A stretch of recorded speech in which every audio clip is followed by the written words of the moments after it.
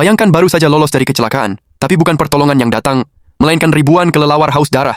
Rombongan Rambo yang masih terjebak di dalam mobil langsung dilanda kepanikan saat kelelawar vampir menyerbu tanpa henti.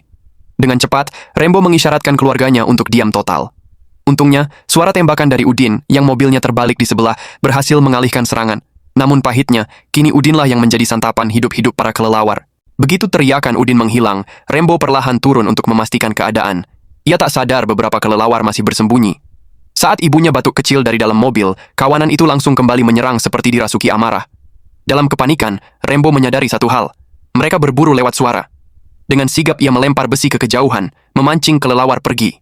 Gemetaran, ia berdoa, hingga angin timur datang menyelamatkan mereka.